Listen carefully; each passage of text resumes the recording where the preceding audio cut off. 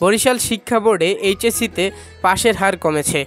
এবছর বোর্ডে পাশের হার ৬২.৫৭%, যা গত বছরের তুলনায় ১৯% কম। বোর্ড সূত্রে জানা গেছে, এবছর মোট ৬১,৪৮১ জন পরীক্ষার্থী পরীক্ষায় অংশ নেয়। এর মধ্যে পাশ করেছে ৩৭,০৬৬ জন, ছাত্র ২৯,০৯১ জন আর ছাত্রী ৩২,৩৯০ জন। পাশাপাশি জিপিএ পাস পেয়েছে ১,৬৭৪ জন শিক্ষার্থী। ফলাফলের পরিসংখ্যান বৃহস্পতিবার সকাল ১০টায় ঘোষণা করেন বরিশাল শিক্ষা বোর্ডের চেয়ারম্যান প্রফেসর মোহাম্মদ ইউনুস আলী সিদ্দিকী। গত বছর বোর্ডে পাশের হার ছিল ৮১.৮৫%। তুলনামূলকভাবে দেখা যাচ্ছে, এবছর বরিশাল বোর্ডে পাশের হার ও জিপিএ পাস দুটোই কমেছে।